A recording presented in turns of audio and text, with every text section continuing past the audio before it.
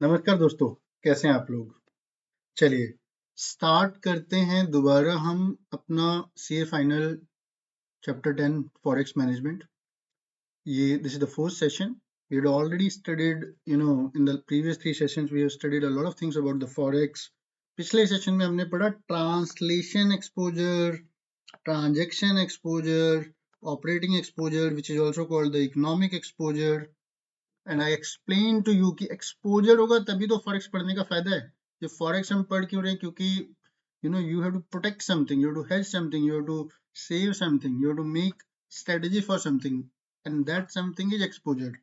The outstanding means the transaction as well as translation. तो कुछ भी आप कर लो, तो जो भी आपकी liability in some form or other, पूरा डिटेल लेक्चर पढ़ लेना कि हमने ट्रांजेक्शन, ट्रांसलेशन, इकोनॉमिक क्या होता है. I will give the link again. But पूरे चैनल पे अब तो we have full sort of CA final module material available. Enjoy. ठीक है, चलिए guys. So now we are gonna discuss and study hedging currency risk. चलो बच्चों, जोर से पढ़ते हैं, दिल लगा के पढ़ते हैं. फॉरेक्स में दिल लगा के पढ़ते हैं. Hedging currency risk. रिस्क क्या होता है आपने एक्सपोजर के टाइम पर देख लिया. लास्ट सेशन में हमने एक्सपोजर को समझा, उसको हमने देख लिया. बट आपको क्विकली बता देता हूँ,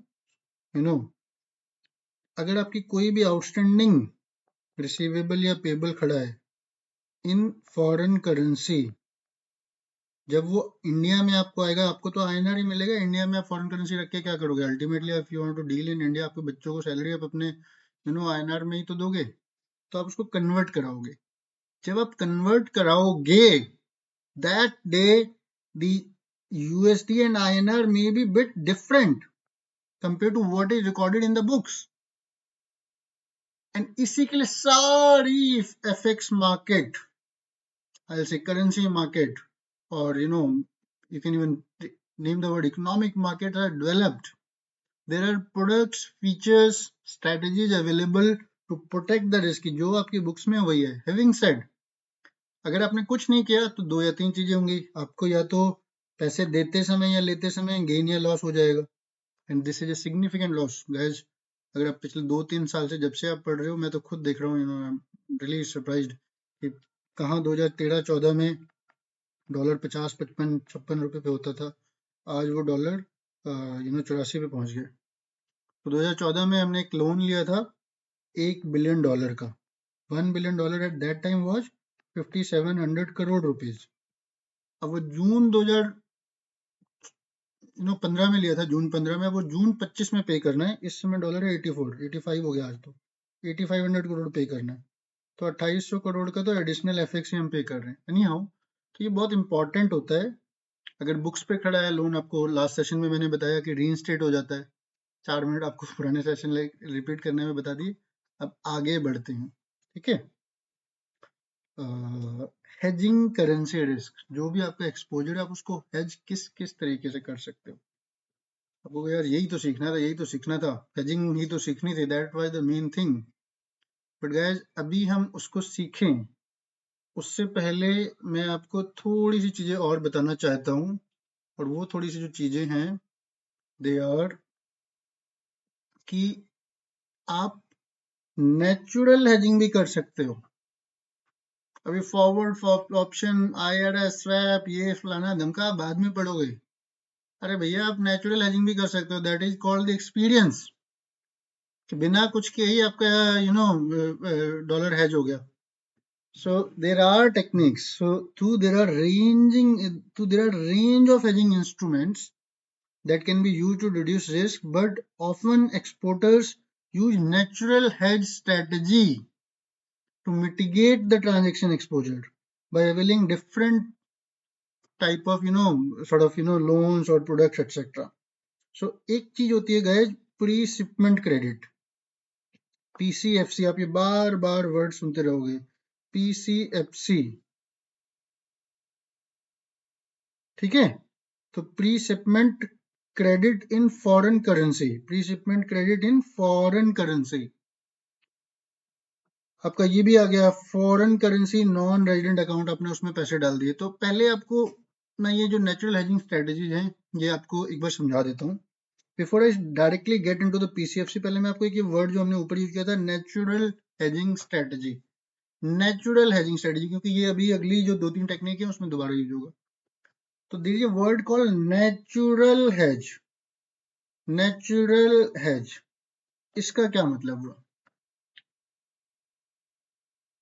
हेज का मतलब क्या हुआ? हेज का मतलब पोजीशन लेना ऑफ आपकी जो फॉरवर्ड की पोजीशन है उसको प्रोटेक्ट करना। Hedge is protecting, protect. Hedge की जो एक सिनोनियम हो सकता है, एक अलग हिंदी उसकी प्रोटेक्शन भी हो सकती है, ठीक है। तो hedging currency, protecting currency risk. तो नेचुरली आप उसको कैसे प्रोटेक्ट कर सकते हो?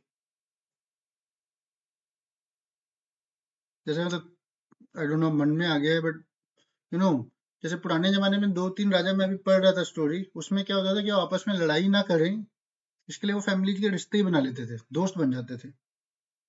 इसकी जो डॉटर की शादी उसके बेटे के साथ करा दी, उसके बेटे की शादी इधर करा दी, एंड ऑल दैट स्टफ। फिर लड़ाई खत्म, फैमिली एक हो गई। हैविंग सेड, बिजनेस में कैसे चलेगा? बिजनेस में कैसे चलेगा भाई? आपकी फॉरेन करेंसी का रिस्क क्या है? अभी पहले ट्रांजैक्शन की बात कर लेते हैं पहले, कि भाई इन्फोसिस जो है, इन्फोसिस को यूएस डॉलर का रेवेन्यू आना था, इसका क्या कहते हैं, what do you call it, इसका उसको हैज लेना है। तो दो एग्जांपल ले लेते हैं, यूएस डॉलर का रेवेन्यू आना है और यूएस डॉलर का रेवेन्यू जाना है। जैसे फॉर एग्जांपल कोई कंपनी है, वो इंपोर्ट करती है, उसने इंपोर्ट कर रखा है से रॉ मटेरियल, रिलायंस इंडस्ट्रीज की बात कर लेते हैं, तो उसने ऑयल इंपोर्ट कर रखा है, लगाकर उसको इंपोर्ट हर महीने के महीने करने ही करने हैं। इन्फोसिस को या टीसीएस को हर महीने एक्सपोर्ट करना ही करना है। तो इसकी जो लायबिलिटी है वो आउटवर्ड है। रिलायंस की लायबिलिटी आई जस्ट कम कि वो इंपोर्ट कर रही है ना, तो उसको डॉलर पेबल है। तो अगर ये साथ साथ में एक उल्टी पोजीशन भी ले लें, रिवर्स पोजीशन, कोई जरूरी थोड़ी ना कि आप एक्सपोर्ट नहीं कर सकते। इंडिया आजकल बहुत सारी चीजों को एक्सपोर्ट करने लग गया है, तो what do you call it, तो हम सेम कंपनी एक्सपोर्ट भी कर सकती हैं। आपको लगे सर ये कैसे हुआ है, क्या क्या कहना चाहते हो आप? तो basically guys what I am trying to say, कि जितनी आपकी पोजीशन पेबल की खड़ी है यूएस डॉलर में, अगर आपकी उतनी ही रिसीवेबल की पोजीशन भी खड़ी हो जाए यूएस डॉलर में ही, सेम करेंसी में, then that position is called natural hedge.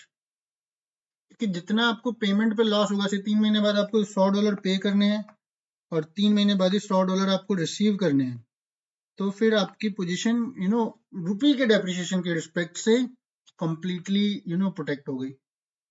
अब बोलोगे सर ये बात तो सुनने में तो बहुत अच्छी लग रही है, बट बंदा करेगा कैसे? इन दोनों के एग्जांपल मैंने खत्म नहीं किया, बट क्योंकि वो समझाऊंगा तो थोड़ा लंबा चला जाएगा। देर आर वेरियस पे आउट्स। इन्फोसिस का सीईओ मुझे नहीं पता कहाँ बैठता है, या रिलायंस के इतने सारे ग्लोबल अफेयर्स हैं। तो there can be a position, and that is what next 5-6 pages are gonna explain. जहां पर भी ये without using the FX product use हो रहा है, इसका मतलब आपकी लायबिलिटी को आप बराबर कर रहे हो इन वन फॉर्म और अदर, तभी तो नेचुरल हेज होगा। भाई जितनी लायबिलिटी थी उतना रिसीवेबल हो गया, जितना पेबल था उतना रिसीवेबल हो गया, कहानी खत्म। हेज करने का कोई, that is called the natural hedge. सुनने में बड़ा आसान लग रहा है भी आसान। PCFC, packing credit in foreign currency. तो बेसिकली गए जो एक्सपोर्टर्स होती है ना, सरकार करती है सारी, ये सारी सरकार ऐसे प्रोडक्ट बना देती है कि आपका नेचुरल हेज हो जाए, एक्सपोर्टर को इंपोर्टर को नुकसान ना हो। तो ये एक्सपोर्टर के लिए, इंपोर्टर के लिए भी होता है, that is called buyers credit, ठीक है। कि आप डॉलर्स में ले लो, वो लोन जब आपका क्या कहते हैं पे करने का टाइम आएगा, उसी समय आप लोन भी पे कर देना। तो अभी पीसीएफसी की बात करते हैं, packing shipment credit in foreign currency, PCFC. अपने इंटर में पढ़ा था वेज ऑफ रेजिंग फाइनेंस में। तो पीसीएफसी अब यहाँ पे इसने बताया तो हुआ है, चलिए इसको पूरा एग्जाम्पल ही लेके बता देते हैं। Can hedge foreign exchange translation receivable by setting export collection against PCFC loan, ठीक है। तो आप एक एक्सपोर्टर हो, इसके अंदर ज्यादा डिटेल में जाऊंगा तो आपको थोड़ा समझ में नहीं आएगा, है सिंपल लैंग्वेज में लिखा। ट्रेडिंग इन, इसी के मैं आपको एक पहले इजी लैंग्वेज में समझा देता हूँ। I am developing a sense given the financial management. देखो ये ऑडिट नहीं है, ये अकाउंट्स नहीं है, ये आईटीआर नहीं है जो आप डे इन डे आउट करते रहते हो। आपको मैं एक हाई लेवल समझाऊंगा ना ऑडिट की तरह, तो वो आपके दिमाग में घुसेगा नहीं, फिर आप बोलोगे यार सिर को पढ़ाना ही नहीं आता। तो मैंने भी अब ये डिसाइड किया है कि मैं आपको बेस से ही समझाऊंगा। If I treat you like a very senior person कि आपको ये इंटर की सारी एफएम याद है और आपको याद नहीं होगी, तो आपको ये कंसेप्ट क्लियर नहीं होगी। तो थोड़ा स्लो करते हैं, कोई ज्यादा टाइम नहीं लगेगा, ऐसे 10% टाइम एक्स्ट्रा लगेगा यार। 100 आवर्स का सिलेबस 110 घंटे में खत्म हो गया, बट आपको एक बार में फिर समझ में आएगा। तो पीसीएफसी क्या है, पहले मैं आपको एग्जाम्पल से समझाता हूँ। और ये जो चीज है शायद जो बड़े शार्प स्टूडेंट है उनको पसंद आएगा, क्योंकि हमें तो समझ में आ गया था, बट कोई बात नहीं यार, 10% एक्स्ट्रा टाइम लगेगा, अपने दूसरे दोस्तों के लिए समझ लो, ठीक है। पैकिंग क्रेडिट फॉरेन एक्सचेंज किसको मिलता है? एक्सपोर्टर को मिलता है। एक्सपोर्टर क्या करेगा? अभी अभी वो अपना सामान बना रहा है, ठीक है। ये मैन्युफैक्चरिंग स्टेप वन, पहले तो उसको ऑर्डर आया होगा फॉरेन करेंसी से, फिर वो मैन्युफैक्चर करेगा, मैन्युफैक्चर करके फिर वो उसको शिप करेगा, शिप जब करेगा फिर वो वहां पे फॉरेन कंट्री में रिसीव होगा, रिसीव होने के बाद वो पूरे जो भी इनकी क्वालिटी चेक्स वगैरह होंगे, फिर उसके बाद 30 डेज का उसने क्रेडिट पीरियड दिया होगा, फिर उसको कैश रिसिप्ट आएगा। ये पूरा प्रोसेस है। अब ये जब इसने सामान बनाया तब उसने क्या किया? उसकी वर्किंग कैपिटल लोन चल रहा होगा, यू नो बिजनेस लोन पे ही चलता है छोटा मोटा, वर्किंग कैपिटल होती है छोटे, जो स्पेसिफिकली जो एसएमई वगैरह होते हैं, इवन बड़े कॉर्पोरेट्स के भी। तो गवर्नमेंट ने या फाइनेंशियल मार्केट ने उसको पता है कि ये सामान बेचने वाला है, उसके पास ऑर्डर पड़ा है, मैन्युफैक्चरिंग से पहले उसके पास ऑर्डर पड़ा है, तो उसको पता है कि ये सामान बेचेगा ही बेचेगा। अब बोलोगे सर कैसे पता है, कैसे पता है? भाई ये इसकी प्रॉब्लम है जो बंदा लेने वाला है, he has to make sure कि उसको वो एक्सपोर्ट करेगा ही करेगा अगले 3 4 5 6 महीने में। 6 मंथ इज द टाइमलाइन। अब तो कई बार 9 मंथ भी हो जाती है। 6 मंथ में उसको एक्सपोर्ट करना ही करना है। एक तो तरीका है कि उसके ऑर्डर चेक कर लो, एक तो उसको खुद कॉन्फिडेंस है because he is giving the undertaking. तीसरा होता है कि आप उसकी पुरानी हिस्टोरिकल चीजें देख लो यार। अगर हिस्टोरिकली उसको हर 6 महीने में यूएसडी का रिसीव हो रहा है, तो इसका मतलब कि वो एक्सपोर्ट करेगा ही करेगा। But I am just digressing, but ये जो पीसीएफसी है सिर्फ उन्हीं को मिल सकता है जिनके पास एक्सपोर्ट रिसीवेबल लाने का पोटेंशियल होता है, कोई भी वो नहीं ले सकता। And that is what is a natural hedge. तो सरकार क्या कहती है कि अगर तेरे को मार्केट में आईएनआर रेट से 9% पे मिलता है, तो मैं तेरे को फॉरेन करेंसी का लोन से 4% पे दे दूंगी। और फॉरेन करेंसी का अगर नॉर्मल लोन लेता है excluding the PCFC, PCFC has an obligation to export also, that is why it is a natural hedge. Just coming there. अगर आपने नॉर्मल लोन ले लिया, आपके कोई रिसीवेबल खड़े नहीं है, तो सपोज अगर मिलता 5% पे, तो पीसीएफसी आपको थोड़ा सा उससे सस्ता मिल जाएगा, से 0.5% सस्ता 4% पे मिल जाएगा। कभी कभी हमने ये आधे आधे परसेंट पे 1% पे भी लिया हुआ है, but it is a cheaper loan in the normal parlance. That is how the government is trying to promote it. I cannot say it is subsidized, but to some extent it is subsidized also. Government भी इसको कई बार priority sector में भी डाल देती है, ठीक है। तो जब उसको पीसीएफसी, अब जब ये 6 महीने का प्रोसेस था पूरा, इसने यहाँ पे पीसीएफसी ले लिया, पीसीएफसी का लोन लिया से इसने $10 million. $10 million is how much? 1 million में होता है 8 करोड़, 85 करोड़ का इसने 85 करोड़ से अपना, इन ए वे ये वर्किंग कैपिटल लोन था। इसने अपने ऑर्डर को मैन्युफैक्चर किया, मैन्युफैक्चर करके उसको शिप किया, शिप करके फॉरेन को मिला, उसको क्रेडिट मिला। अब ये जो लोन है इसकी रीपेमेंट है से, अभी हम जनवरी में बैठे हैं, से ये रीपेमेंट है जून, ईयर नहीं डालता बट चलो डालते हैं, जून 25 में इसकी रीपेमेंट है, ठीक है। तो जून 25 में जब इसकी रीपेमेंट हो रही है, तब तक आपको ये एक्सपोर्ट वापस आ जाएगा, जो एक्सपोर्ट रियलाइज हो जाएगा। उस एक्सपोर्ट के रियलाइजेशन से आप इसको पे कर दोगे, जो भी आपका $10 मिलियन था, 10 मिलियन आया, आपने पे कर दिया।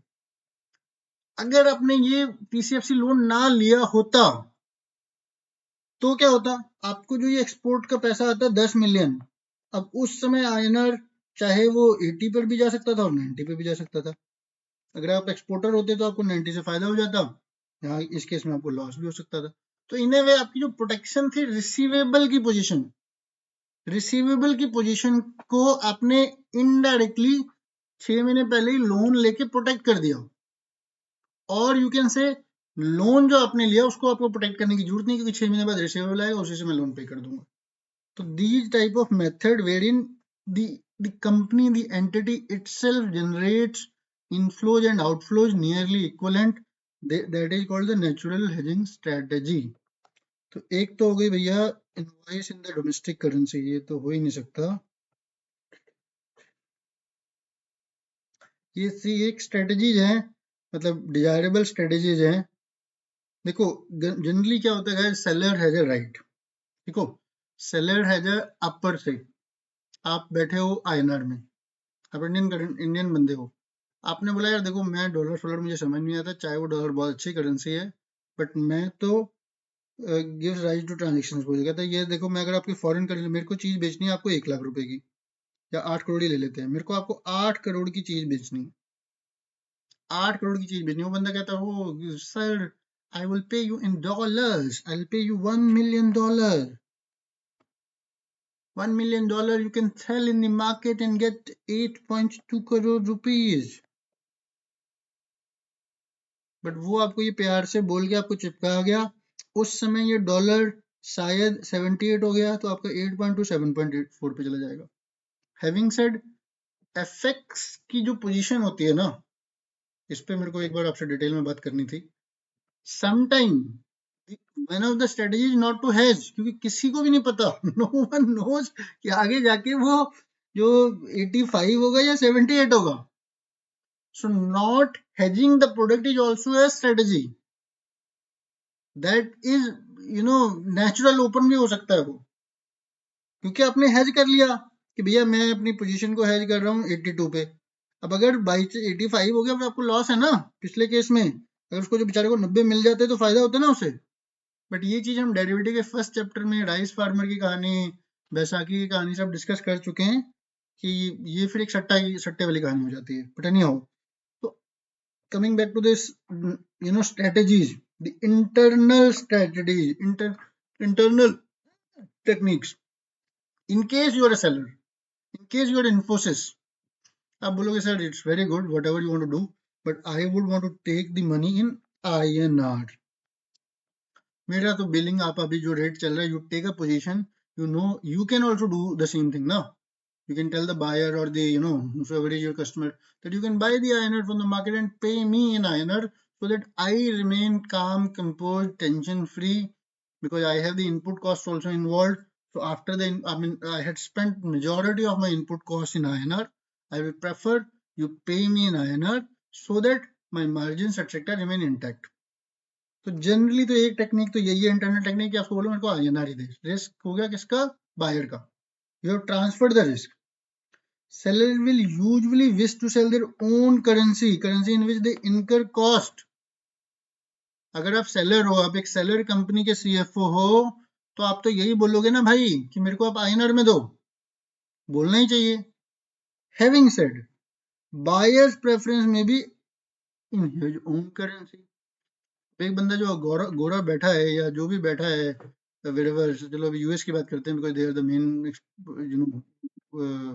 importer or the market. वो कहेगा सर मुझे नहीं समझ में आता, I don't trust your INR, it will get depreciate. मैंने अभी 1 मिलियन का खरीदा है, अभी 1 मिलियन में मुझे 82 करोड़ मिल रहे हैं, बाद में अगर वो कहीं एप्रिशिएट हो गया वैसे उसको फायदा है.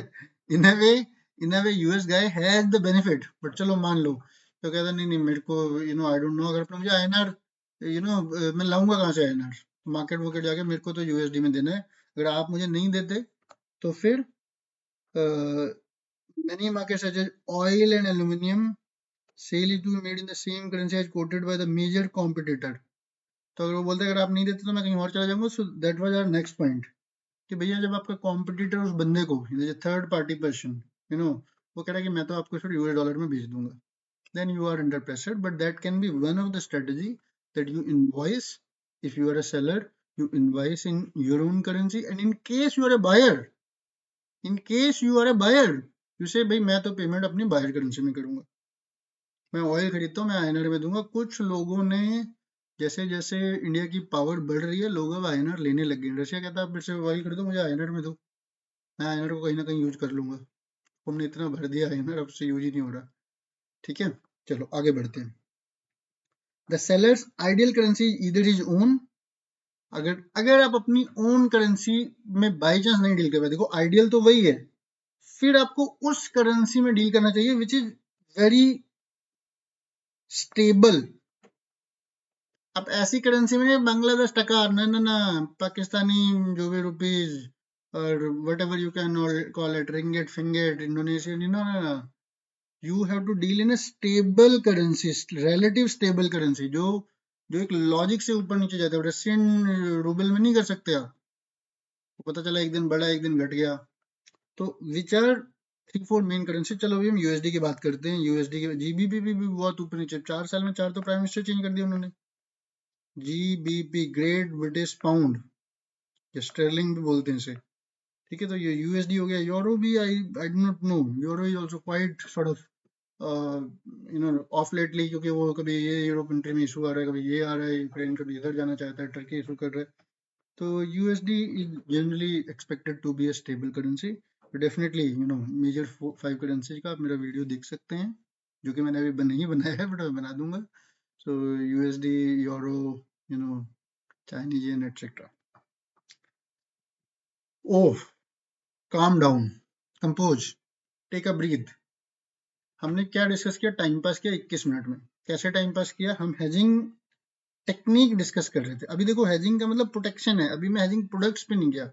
ये आ रहा है, हमने उसमें डिस्कस किया natural hedging without taking the product. I am telling you again, ये खुद बोल रहा है there are range of hedging instrument. हम रेंज पे गए ही नहीं, हम अभी नेचुरल पे हैं। पहले मैंने आपको एक एग्जांपल दे दिया, एक कुछ ऐसी पोजीशन बना लो जिससे कि जब आपका रिसीवेबल या जब आपका पेबल आना है, उसी समय आपका कोई काउंटर पोजीशन खड़ी हो जाए। एक्सपोर्टर को रिसीवेबल आना था, उसने लोन की पोजीशन खड़ी कर ली। इंपोर्टर को रिसीवेबल आना था, उसने भी लोन की पोजीशन खड़ी कर ली। नहीं नहीं नहीं, वो लोन कैसे खड़ी करेगा? हाँ करेगा, उसका अलग तरीके का लोन होता है, वो लोन बाद में मिलता है उसे। जो बायर्स क्रेडिट होता है, दैट यू ओनली गेट, वो इतना फिर परफेक्ट हैज नहीं हुआ, that you only get once the material is received, right. तो वो आपका एक ना एक पोजीशन तो उसमें खाली रह जाएगी। नहीं, ठीक है, बायर को पे करना था, लोन उसने ले लिया अभी, हाँ ठीक है, बट लोन बाद में तो कहीं ना कहीं तो पे करेगा ही ना वो। ठीक है, तो बायर पोजीशन एक टेम्पररी 6 महीने का, लेकिन एग्जांपल कर देता हूँ। आपको, आपने डॉलर में कोई सामान खरीदा, उसकी पेमेंट है 6 महीने बाद, 6 मंथ बाद। आपने उस समय लोन ले लिया, लोन लेके इसको पे कर दिया। ये लोन भी कभी ना कभी तो पे करोगे आप। चलिए ठीक है, उसके बाद फिर हम चले गए इंटरनल टेक्निक्स पे। इंटरनल टेक्निक्स में हमने बात की कि भैया ज्यादा से ज्यादा प्रेफर है कि you you avoid the foreign risk. आप वो पास कर दो, you use your own sort of currency to book. अब वो वैसे ये सब पढ़ा क्यों रहे हो? हम तो यहाँ पे हेजिंग सीखने आए थे। भैया ये भी आपको पता होना चाहिए। जब आपकी कंपनी की वैल्यू होगी ना, जब आप एक एक यूनिक प्रोपोजिशन होगी, तो बंदा आपसे आईएनआर में भी ले लेगा। ठीक है, अगर मान लो आईएनआर में नहीं लेता, there are competitors are offering in the other currency, then you will have to quote in the same foreign currency in a buyers market. वो सेलर मार्केट थी, तो the closure approximate buyer same. So basically तो वहां पे आपको एक stable currency में जाना है। बायर अपनी करेंसी बोलेगा, आप उसको स्टेबल करेंसी में देख लो। अगर बायर की करेंसी डॉलर है, then it is okay. Whatever the chosen currency, it should certainly be one of the deep forward market. Oh, very good. This is an important line. आगे आपको बात समझ में? पहले थोड़ा सा पढ़ लेना आप, अभी हम रिपीट रिवीजन भी करेंगे। तो आपकी कोई भी करेंसी आप चूज कर रहे हो, उसकी एफएक्स मार्केट होनी चाहिए। अगर आप सेलर हो, तो आपको पता है कि आपको 6 महीने बाद यूएसडी आने वाला है। आप 6 महीने की पोजीशन अभी ले सकते हो फॉरवर्ड में जाके, जो हम अभी पढ़ेंगे थोड़ी देर बाद। अभी हम इंटरनल टेक्निक पढ़ रहे हैं, फॉरवर्ड, ऑप्शन स्वैप, ये सभी पढ़ते हैं। लीडिंग एंड लैगिंग, ये सारी चीजें होती हैं जब आपका leading and lagging adjustment at the time of payment in the foreign currency. ये कैसे करोगे आप? कि जनरली जब आपकी आपकी सब्सिडरीज होती है ना, देखो सब्सिडरी बी, सब्सिडरी ए ग्रुप में, तो आपको पता है कि अभी मार्केट कहाँ। देखो, this is again the timing of the market. आप लोग कहोगे सर इतना ही पता होता तो फिर वो मार्केट किसी को भी नहीं पता। No one knows. Long term view में लोग ज्यादातर सही हो सकते हैं, शॉर्ट टर्म में किसी को भी नहीं पता। मैं अभी का भुगत भोगी हूँ। एक शेयर है, वन शेयर, वो एक दिन 5% ऊपर था, दूसरे दिन 5% नीचे। इवन मैं रिलायंस की बात कर लूं, with in this span of से 15 डेज, 15 दिन में RIL, रिलायंस इंडस्ट्रीज, वो एक दिन 1220 था, फिर वो बढ़ बढ़ के 1280 पहुंच गया, एक्चुअली 1310 पहुंच गया। अब वो फिर पिछले 7 दिन में कम होकर फिर 1220 पहुंच गया। यार ठीक है, मजाक है। With in a span of 8 to 9 trading sessions, share 10% ऊपर जाके 10% नीचे आ गया, तो 20% की मूवमेंट हो चुकी है। एनी हाउ, तो सब्सिडरीज को अगर आपको कोई पैसे देने हैं तो आप उसको डिले कर सकते हो, उससे थोड़ा जल्दी मंगा सकते हो, क्योंकि आपकी सब्सिडरी, आपको कोई उसमें इकोनॉमिक लॉस तो नहीं है, कुछ उसको डिस्काउंट में इधर उधर एडजस्ट कर सकते हो। नेटिंग, आपकी 2 सब्सिडरीज है। अब देखो, सब्सिडरीज का आप बोलोगे ये हमने ना पढ़ा हुआ है। अगर इंटरनेशनल कैपिटल बजटिंग जो हमने, not capital budgeting but working capital management जो हमने पढ़ा था, we thoroughly studied it. There is a detail lecture, request you to go and watch that lecture. So आपकी जो जो फॉरेन सब्सिडरीज होती हैं, वो यहाँ पे रॉयल्टी लेती हैं, वो यहाँ पे प्रोजेक्ट एक्सपेंसेस लेती हैं, एडमिन चार्जेस लेती हैं, even to be very honest कई बार तो वो सामान बना के यहाँ पे भेजती हैं, यहाँ से वो आगे इंडिया में बिल होता है, एसजेड वगैरह वगैरह, या फिर यहाँ पे what do you call it, क्या कहते हैं, कन्फिगर होता है। वो अपना प्राइस को थोड़ा एडजस्ट कर सकती हैं, प्राइस को एडजस्ट भी कर सकती हैं अपने receivable involve associated companies which trade with each other, तो उसको नेटिंग कर सकती हैं। But this netting, this netting has to be allowed. Central government के जो रूल होते हैं, यहाँ पे कहीं लिखा नहीं है, सो बेसिकली अगर उस कंपनी का रूल अलाउड है, will pass over the foreign exchange Fairlie straight forward. तो आपका अगर ये रूल अलाउड है, यहाँ पे लिखा है, आगे लिखा हुआ है, सो अगर उस कंपनी में, दोनों कंपनी के बीच में नेटिंग इज अलाउड, कि भैया मेरा इस कंट्री का, कंट्री ए से यूएसडी नहीं लेते, कुछ ले लेते हैं स्पेन और इंडिया, क्योंकि जो आपका एक्सपोर्टर और इम्पोर्टर है इधर, even if it is A company, आपको कंट्री के साथ भी तो पैसा जा रहा है, कंट्री को भी तो इम्पैक्ट आता है। तो हर कंट्री के अपनी एफएक्स रेगुलेशंस हैं। We are jumping the guns, but हर कंपनी की अपनी एफएक्स रेगुलेशन है। इंडिया क्या बोलता है कि भैया आपने कोई भी बिल किया है, आपका कोई भी यूएसडी का रिसीवेबल है, रिसीवेबल, वो अगर 6 महीने में नहीं आता तो आप आरबीआई का approval low. They do not allow the netting. अभी नीचे आ जाएगा, अभी ये रहा। Both netting matching purposes in trading exchange introduction, for example MNCs, receivable have to be, payable have to be paid। चलो अभी आ ही जाएगा। तो वो अलाउड नहीं करते, कुछ एक जो रेगुलेटर्स होते हैं अलाउड नहीं करते। अदरवाइज आप नेट कर दो। नेट करने से आपको फायदा क्या होगा कि आप एक तो एक्सचेंज की वॉलेटिलिटी खत्म कर दोगे, आपको ना खरीदना है ना देना है। अल्टीमेटली स्पेन वाले को स्पेनिश करेंसी चाहिए या यूरो जो भी चलता है वहां पे, और इंडिया वाले को आईएनआर चाहिए। तो why do we buy these currency, USD से खरीदें, इनडायरेक्ट कोट ले, हम तो भैया इसको नेट ही कर देंगे। तेरे को मुझे 100 देने थे, मुझे तुझे 80 देने थे, चुपचाप मैं तेरे को 20 रुपये मुझे दे, बाकी एंट्री पास कर। Netting is a very easy word. Why it is there in the CA final, क्योंकि इतनी इजी नहीं है ये। एक टर्म हो सकती है, but there are regulations, there are controls, उसके चक्कर में शायद ये पॉसिबल ना हो, इसलिए यहाँ पे दिया हुआ है। Matching intra group to a third party. अब मैचिंग क्या होता है, ये बड़ा इंपॉर्टेंट है। मैचिंग से आप क्या समझ रहे हो? देखो, सबसे पहले हमने पढ़ा कि बिल ही मत करो, कहानी खत्म। उसके बाद हमने कहा नेट कर दो। अब आ गया मैचिंग। मैचिंग का मतलब, सपोज एक इंडियन बंदा है, आईएनआर वाला बंदा है, उस वो यूएसडी से इंपोर्ट करता है। अब उसको कुछ ना कुछ करके यूएसडी का इंपोर्ट भी लाना है, यूएसडी का एक्सपोर्ट भी लाना है। Export is equal to matching. अब बोलोगे सर ऐसा कैसे हो सकता है भाई, यूएसडी आप एक यूएस कंट्री से इंपोर्ट, यूएस के कस्टमर से, क्लाइंट से, कंपनी से इंपोर्ट कर रहे हो, और एक दूसरे क्लाइंट को, मतलब वहां से कच्चा माल लिया, पक्का माल बेच दिया। ये तो मतलब यूरोप वाले लोगों ने हमारे साथ बहुत किया, हमसे ही माल लेके हमको ही बहुत बेचा उन्होंने। अगर सपोज ये यूएस नहीं जा सकता, तो आपको ये इधर उधर बेचोगे, जापान बेचोगे, आप चाइना बेचोगे, इसके साथ जो कॉन्ट्रैक्ट है, आपको कॉन्ट्रैक्ट यूएसडी का कर लो। अल्टीमेटली तो हमें यूएसडी से मतलब है ना, तो इसको कहते हैं मैचिंग कंसेप्ट। ठीक है, both netting and matching pre spouses, ये आ गया जो मैं इतनी देर से आपको बताने का। प्री सपोज क्या कर रहे हैं, एक्सचेंज कंट्रोल रेगुलेशन, कि भैया ये सब कुछ अलाउड है। देखो मैचिंग में तो अलाउड है, क्योंकि मैचिंग में तो पैसा आएगा और तभी जाएगा। Netting, I was trying to tell you, netting is यहाँ पे लिखा था, तो इंडिया में नेटिंग इज नॉट अलाउड, क्योंकि मैंने आपको अभी 6 महीने की कहानी स्टोरी समझाई। किसी, अगर आप you would go in some foreign market also, आप इंडिया में ही थोड़ी ना बैठोगे ठीक है, आप में से मेरे को लगता है मेरे 10 से 15% स्टूडेंट बाहर जाएंगे, तो वो क्या कहते हैं वहां पर आपका शायद नेटिंग अलाउड हो।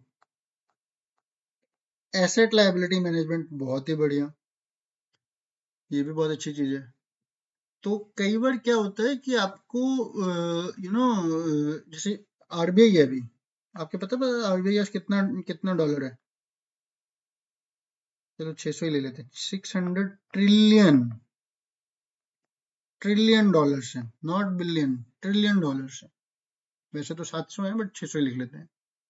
तो जितना रुपी एप्रिशिएट होगा, मतलब रुपी यूएसडी एप्रिशिएट होगा, तो 600 डॉलर तो आरबीआई के पास भी बैठे हुए हैं। सेम वे, अगर आपने कोई रुपी में लोन लिया, आपने सॉरी यूएसडी में आपने कोई लोन लिया, आपने किसी यूएस की कंपनी में कहीं पे यूएसडी का इन्वेस्टमेंट भी कर दिया। देखो ये कहानी तब बैठती है एसेट लायबिलिटी मैचिंग, जब आप बड़े क्लास स्केल प्लेयर हो। छोटे बच्चों की बस की बात नहीं, जिसको चाहिए ही लोन, काम ही धंधा इंडिया में है, फिर आप कुछ नहीं कर पाओगे, मतलब कुछ तो कर पाओगे, फिर आपको फॉरवर्ड प्रोडक्ट करने पड़ेंगे। Natural hedging internal technique would be when asset and liability are matched. Cash outflow is matched with the cash inflow. Concentration of cash outflow exposure makes economic sense. Pure translation, ठीक है? In an aggressive attitude, the firm simply increases exposed cash outflow denominated in the currency expected to be strong. हाँ, ये दूसरी भी कहानी आ गई। ये this is not asset liability management, ये अलग अप्रोच है। कई बार क्या होता है कि अगर आपने किसी को पता है कि यूएसडी तो एप्रिशिएट होना ही होना है, कैसे पता है किसी को नहीं पता, बट एक्सपेक्टेशन है, लार्ज डिग्री ऑफ एक्सपेक्टेशन है, हिस्टोरिकल ट्रेंड है, then they can increase their exposure. Receiver सब इन्फोसिस का सारे मेरे कॉन्ट्रैक्ट यूएसडी में होंगे, यूरो का मुझे पता नहीं, यूरोप वाले क्लाइंट को भी भैया अब तुम यूएसडी में दो। ठीक है, डिफेंसिव अप्रोच में क्या होता है, cash inflow and outflow are matched in a way, भैया थोड़ा सा बैलेंस बन जाए। तो मनी मार्केट भी होता है, एक्सटर्नल टेक्निक है, एक्सटर्नल टेक्निक हम बाद में भी कर सकते हैं क्योंकि इसके बाद फॉरवर्ड आ जाएगा। तो एक्सटर्नल टेक्निक का मतलब, आप जो मनी मार्केट में भी आपके ये आपको पता है कि यूएसडी मिलते हैं मार्केट से, 1 मिलियन आपको चाहिए टुडे, ये है, बाद में आपको इसने कितना लिखा है, इसने कुछ लिखा नहीं, तो आप वो मार्केट से भी जाके खरीद के आप उसको रख सकते हो, सो दैट आपने अगर यूएसडी को सेव करके रख लिया, तो फिर आपको जब पे करना है तो यूएसडी आपके अकाउंट में पड़ा है, ईसीएफसी ईपीएफसी अकाउंट में रख लिया, जो भी आपके डॉलर अकाउंट है वहां पे लाके रख लिया, ताकि आपकी लायबिलिटी खत्म, टेंशन खत्म। इसके एडवांटेज क्या होते हैं, fix is the future rate, आपको टेंशन ही नहीं है, 10% डेप्रिशिएट हो, 5% डेप्रिशिएट हो, ना डेप्रिशिएट हो, मैंने तो ले लिया, eliminating the downward risk. Flexibility with regard to the amount to be covered, आपको जितना चाहिए मार्केट से उतना खरीदो, कोई ये फिक्स नहीं है कि आपको इतना लेना है। Money market hedge can be flexible as the way of hedging currencies where forward contracts are not available. अभी हम फॉरवर्ड पे आएंगे, forwards are to some extent standard product, not so standard, but इसके लिए आपको एक काउंटर पार्टी चाहिए, ये तो आप मार्केट से, मनी मार्केट से खरीद के अपने रख लिया। More complemented to organise in forward. अब बेसिकली देखो, सिंपल बता देता हूँ, मनी मार्केट का मतलब मार्केट में डॉलर मिल रहे हैं, आपने खरीद कर रख लिया, बस कहानी खत्म। फॉरवर्ड वगैरह होता है वो एक सेटलमेंट और ट्रांजेक्शन से लिंक होता है, तो कॉम्प्लिकेटेड तो नहीं है, मोर कॉम्प्लिकेटेड, हाँ ऑर्गेनाइज कॉम्प्लिकेटेड है।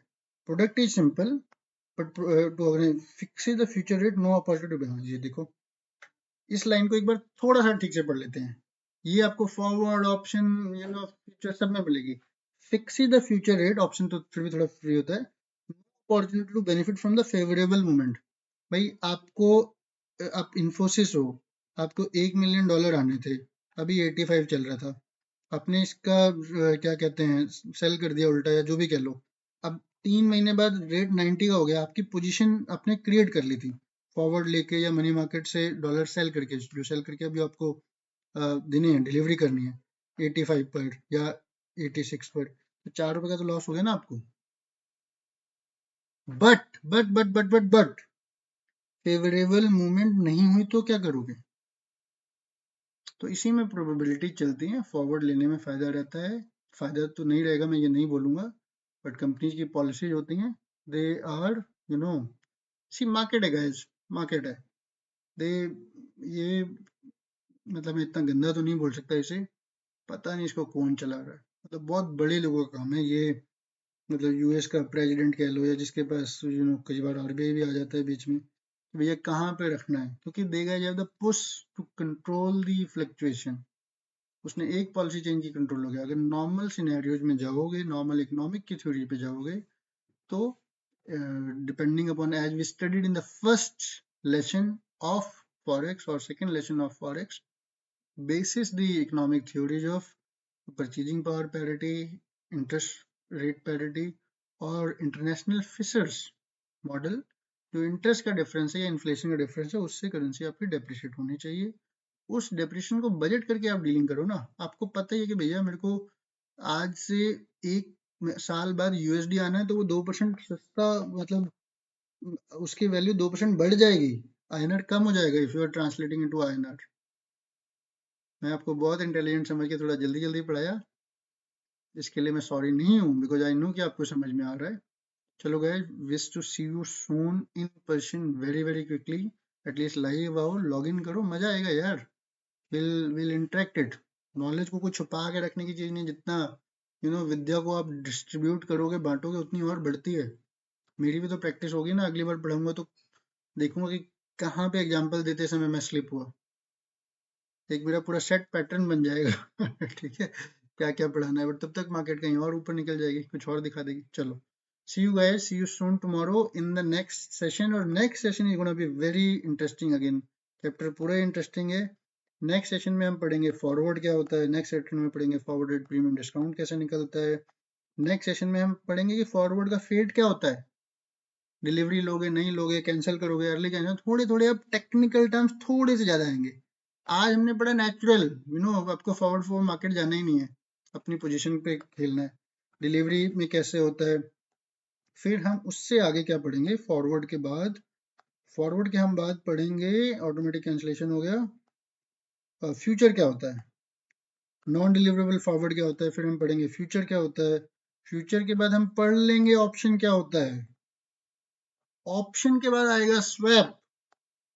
स्वैप के लिए मुझे लगता है नेक्स्ट सेशन जाना पड़ेगा, बट शायद हम स्वैप को भी कवर कर लें। तो गाइस, सी यू सून, बहुत जल्दी मिलेंगे, स्टे ट्यून, डू गुड,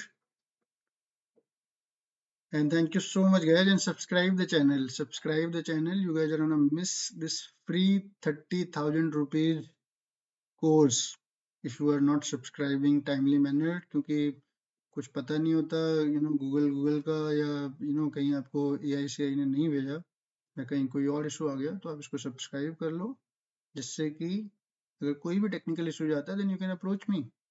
चलिए, बाय।